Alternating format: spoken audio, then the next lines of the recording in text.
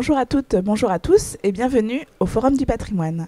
J'ai le plaisir d'animer cette 4e édition d'échange qui se tient au Salon international du patrimoine culturel à Paris.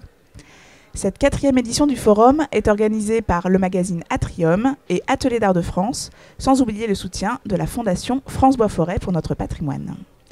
Je reçois ce matin un invité qui vient nous parler du travail du bois vert à la main. Bonjour François Calam. Bonjour Oriane. Bonjour.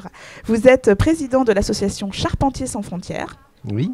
Mais aussi ethnologue de formation, c'est quand même votre cœur de métier. Et votre spécialité, c'est la transmission des savoir-faire. Vous êtes engagé dans l'association Charpentiers sans frontières pour la réappropriation de l'art de la construction. Alors peut-être pour commencer, est-ce qu'on peut en dire un petit peu plus sur cette association ?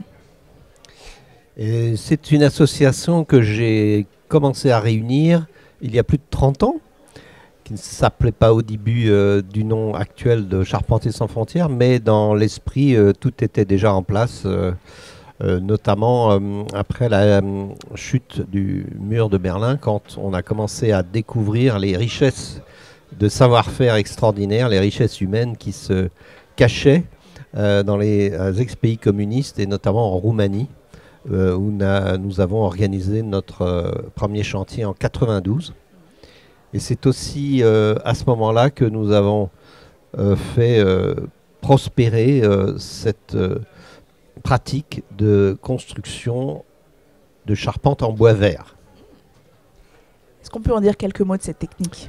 Alors le bois vert, aujourd'hui, quand on parle de ça en France, il y a encore un petit peu d'étonnement, de confusion. Le bois vert, qu'est-ce qu'il va nous parler? Du thé vert, du chêne vert, de la verdure. En fait, le bois vert, c'est une pratique qui est extrêmement ancienne, ancestrale, qui, on peut dire, s'est toujours pratiquée depuis qu'on construit en bois, et qui avait été assez perdue de vue avec la prolifération des techniques industrielles, évidemment, et ses avantages. Il ne s'agit pas de remettre en cause les avancées de l'industrie, mais redécouvrir la technique de travail en charpente du bois vert, c'est s'ouvrir à nouveau à un rapport au monde, à un rapport à la matière vivante qui a beaucoup à nous apporter aujourd'hui. C'est une question d'aujourd'hui, ce n'est pas un mouvement rétrograde, ce n'est pas se vêtir avec des peaux de bison et faire du folklore, c'est se réapproprier un rapport à la nature et une manière de construire qui a fait ses preuves, puisque par exemple la cathédrale Notre-Dame de Paris, il y a 800 ans, avait été construite en bois vert. Donc pourquoi est-ce que c'était important de les transmettre, ces savoir-faire, donc ils s'étaient perdus un peu en France ?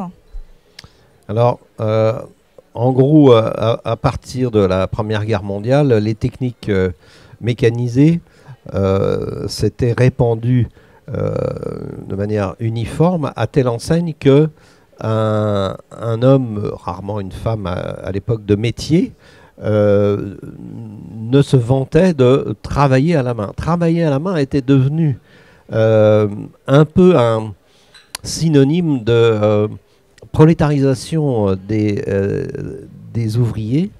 Et au fond, la personne qui avait compris la bonne façon de voir les choses, c'était celui qui justement évitait au maximum de se servir de ses mains. Ça paraît paradoxal aujourd'hui.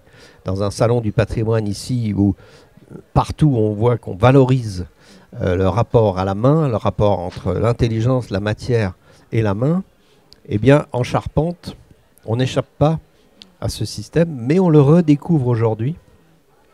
Et je dois dire que Charpentiers sans frontières, donc depuis 30 ans, a énormément œuvré. Je pense que nous avons été les premiers à découvrir, à faire découvrir et à transmettre cette passion du matériau vivant.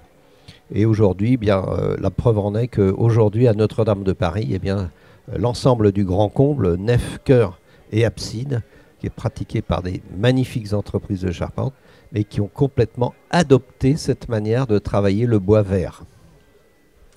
Et donc, ces charpentiers sans frontières se réunissent au cours de chantiers pour justement travailler ensemble la matière, échanger des techniques. Voilà, c'est notre pratique, c'est notre manière d'échanger spirituellement, techniquement, pédagogiquement, de croiser les générations. Les femmes, les hommes travaillent ensemble, on échange quelle que soit la barrière de la langue. Et très souvent, on s'est trouvé dans des situations avec des collègues, des confrères de pays parfois lointains, avec qui on arrivait à communiquer par le regard, par la complicité avec des maîtres charpentiers chinois de minorités ethniques. On arrivait à construire ensemble en bois vert et en apprenant chacun de l'autre ce qu'il ou elle avait de meilleur à nous montrer. C'est une générosité partagée et qui est contagieuse et qui aujourd'hui prolifère, puisque chaque semaine aujourd'hui, par notre association Charpentiers sans frontières, nous avons des demandes qui viennent de France ou de l'étranger, beaucoup de l'étranger, de gens souvent jeunes, très jeunes, en formation, voire éventuellement des gens plus aguerris, mais qui veulent découvrir ces pratiques qui ne sont pas actuellement enseignées dans des protocoles scolarisés de type classique. Et donc, ces gens curieux qui veulent découvrir une autre facette du métier s'adressent très souvent à nous. Oui, il y a une plus grande appétence justement de ce public professionnel ou jeune qui vient vers vous pour le travail de la matière, ce contact privilégié avec le façonnage du bois. L'un des aspects de notre pratique, c'est que les charpentières, les charpentiers de notre groupe ont l'habitude de choisir en forêt, chaque fois que c'est possible bien sûr, à proximité du chantier, les arbres, les sujets avec lesquels ils vont dialoguer. Et ça, c'est une pratique que les charpentiers du XXe siècle avaient totalement oubliée. Énormément de charpentiers formés selon des protocoles, on va dire, de type industriel, ne voient le bois que quand il est en scierie. Ils n'ont jamais été regarder ce que c'est qu'un arbre. Et ça paraît paradoxal. Aujourd'hui, il est très important de renouer ce lien avec les arbres. À Notre-Dame de Paris, sous la conduite éclairée de la maîtrise d'œuvre particulièrement motivée, et avec les experts forestiers, avec l'ONF, des gens qui connaissent la forêt intimement, eh bien nous avons renoué cette complicité. Les charpentiers viennent en forêt choisir les arbres avec les experts forestiers, et les forestiers viennent voir ensuite ce qu'on a fait de leurs arbres. Et ça donne un coup d'œil qui est merveilleux. Il y a une transmission justement entre tous les savoir-faire, tous les métiers, tous ces professionnels sont liés dans la réalisation d'une même œuvre. Voilà, on a vraiment une symbiose entre les corps de métier. Et ça se lie, alors évidemment, ce monument phare qui est la cathédrale de Notre-Dame de Paris, à travers le désastre auquel on a été confronté. Mais l'autre facette, c'est que justement, ça a stimulé, ça a été un extraordinaire électrochoc pour nous permettre de donner à une altitude absolument inimaginable, inenvisageable, les lettres de noblesse de ces pratiques que l'on connaissait dans des textes anciens, mais qui n'avaient plus droit de citer depuis les effets de la mécanisation généralisée. Après ce chantier emblématique de Notre-Dame de Paris, est-ce que le travail bois vert à la main a un avenir? Est-ce qu'il est adapté aux enjeux contemporains de construction et de réhabilitation? Je pense qu'il y a un grand avenir pour la construction en bois vert. On n'y croyait pas. Bien entendu, il y a 15 ans, moi, quand je faisais le commis voyageur de ces techniques, souvent j'étais pris pour un zozo, un rêveur, et on ne voyait pas le lien. Et notamment, bien évidemment, on me posait en toute pertinence le problème de la rentabilité économique. C'était le plus souvent l'argument le plus fort qui m'était opposé. Il y avait par ailleurs l'argument lié à, entre guillemets, la pénibilité du travail. Bon.